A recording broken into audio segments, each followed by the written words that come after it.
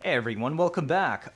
So there are so many different build videos and things at this point. I do not have the time to cover every single one of them, as I was told that you guys were interested in seeing more of our live uploads and a little bit more clean, simple stuff for my streams. Well, we'll be continuing that. I've got many broken builds coming for you in the near future. This is the first one. Now, I don't care what frame you use on this, none of these other weapons matter, I just had something prepping for a future build. This one is about Xoris. Xoris is now broken.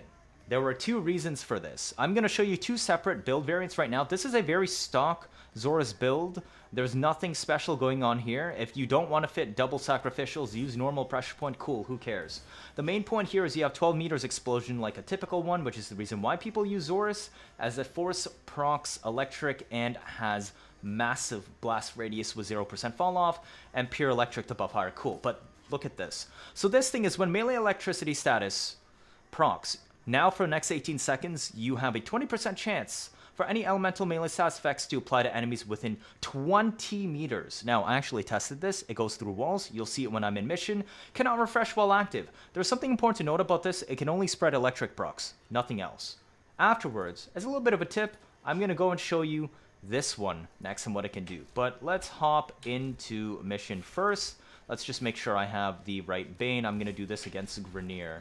And we're going to hop in for 5 minutes, or at least, well, for a little bit. Let's make sure that our Steel Path modifier is turned on.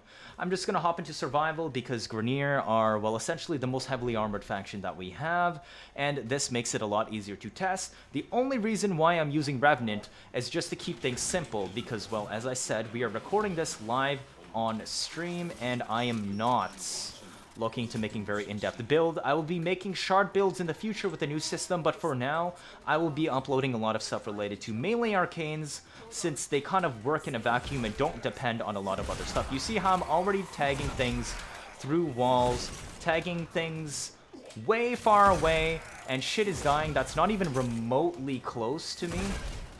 And this is what I mean. On a 0 buff Xoris build, stock 2x combo, the amount of electric procs that I'm spreading all over the place is already enough to kill.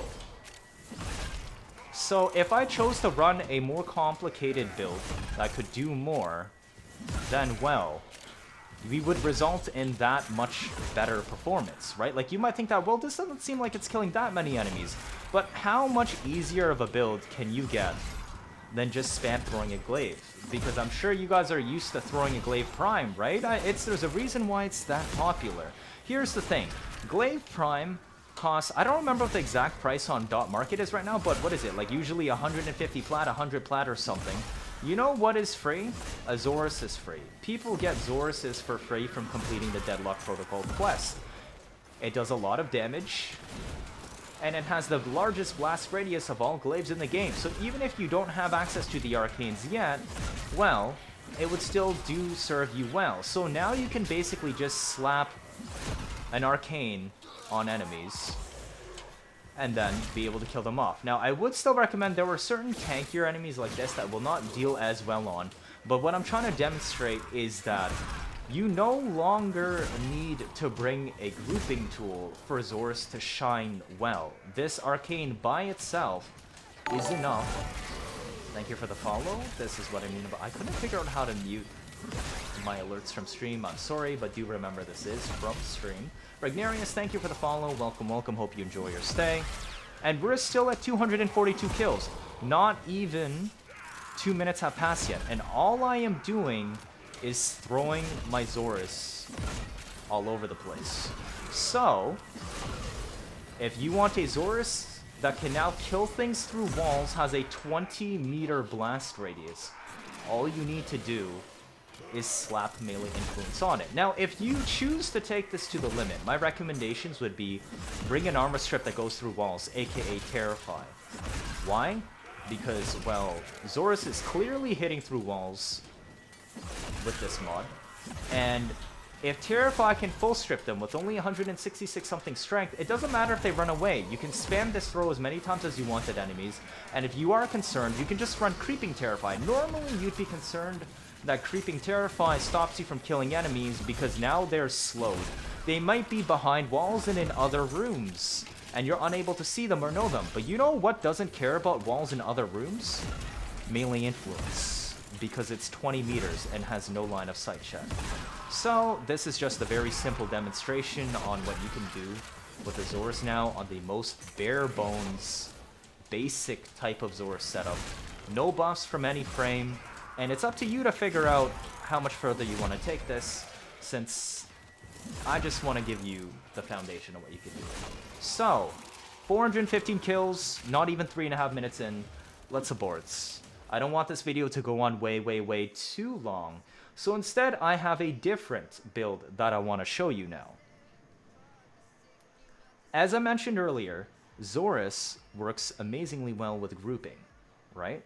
And that other Vortex arcane that I showed you earlier grants you access to grouping when you have magnetic procs. When you group enemies up with Xoris, the electric cross chains a lot better, which results in much higher damage. You could even use, say, a Sickening Pulse build to multiply and add 10 extra stacks, but really, once again, I'm going to show you the most simple side. So this one, at rank 5, is pretty useful for making it more consistent on a 45% chance to pull enemies in. This becomes an 18-meter suck.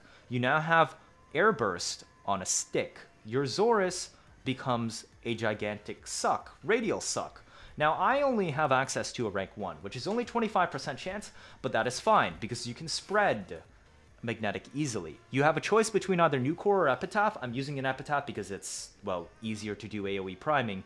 However, do keep in mind that Epitaph force procs colds, which can screw up the slash, so more importantly, you do not want to slot Prime Fulmination. This keeps the range smaller towards the center area. It's only 8 meters.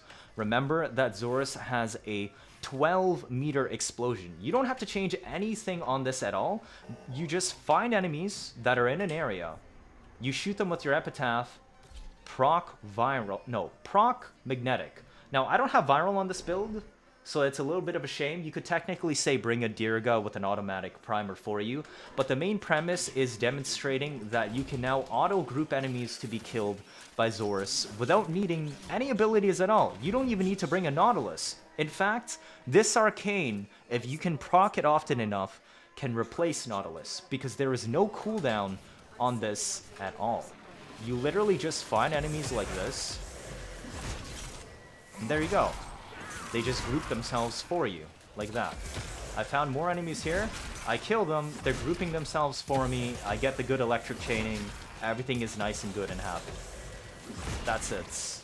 Now, I would not say to copy that Xoris build, no, not the Xoris build, the Epitaph build 1-for-1, because it did have gas on it. Heat and stuff would probably be more useful. And again, I would recommend, say, bring damage sources, like Roar or something to multiply your electric procs. You see a lot of red dots over here? Well, let's take them out. You just prime, shoots, throw, and now they just slowly take damage from the electric procs. Again, as I said, this is just a reference template. You can take this way further with whatever frame of your choosing, whatever Helminth of your choosing. If you got ribbons or not, if you choose to bring other arcanes into play, it's up to you to decide. But yeah, we now have this, and as I said, I'm at 127 kills, and a little over 1 minute has passed. Both of these are very solid options. There are other AoE melees, I guess, technically, in the game you could use this with. But yeah, I'd say pick up a Xoris if you don't have it yet for whatever reason. And if you use the Nukor, remember these enemies would not be slowed. It would not be slowed by the cold procs. But hopefully, this brings enough awareness on ways that you can make Xoris even better.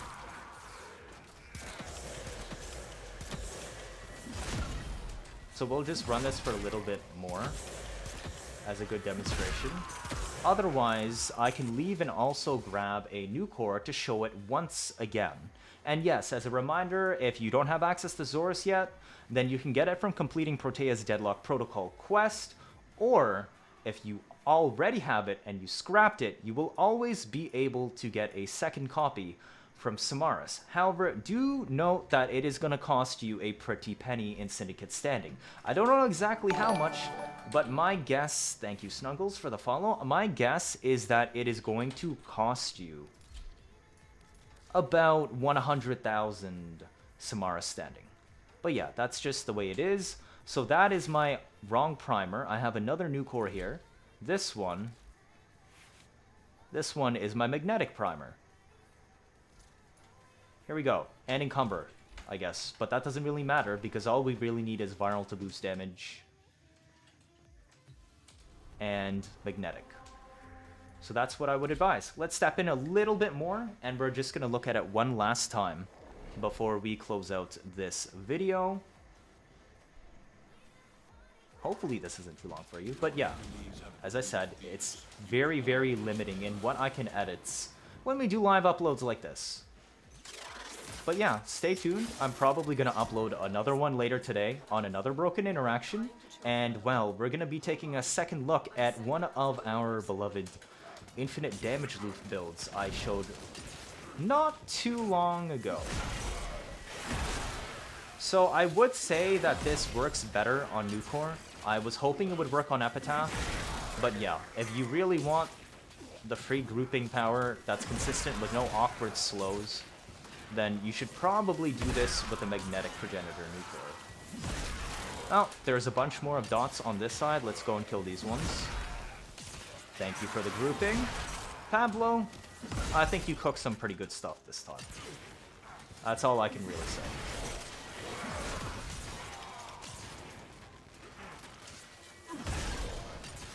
But yeah.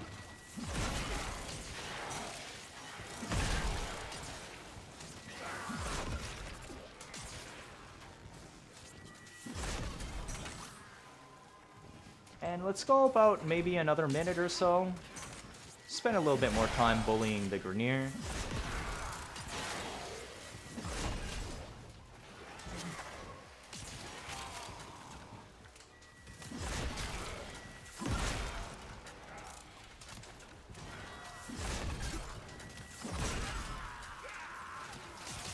Okay, that reload time, I'm thinking about, I would probably want to put Merciless on my,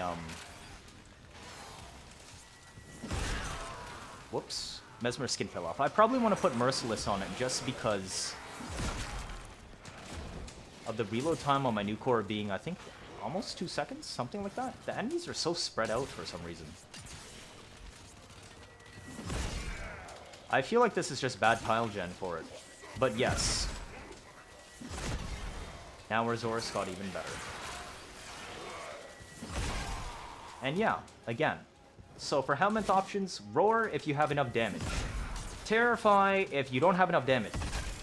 Pillage is also an option if you're concerned about slot space and you can't afford to bring creeping Terrify. But that's all we got for this video today. Thank you, as I always say, a like and subscribe goes a long way, and well, to segue into our usual outro, 79.5% of you are not subscribed. I try my best to show you, well, all the new things from the updates, just like the whispers in the wall ones I've done here. Otherwise, well, I try to upload builds and guides on a nearly daily basis. You don't miss out on any of that, do you? Thank you all for watching, and I'll see you all next time.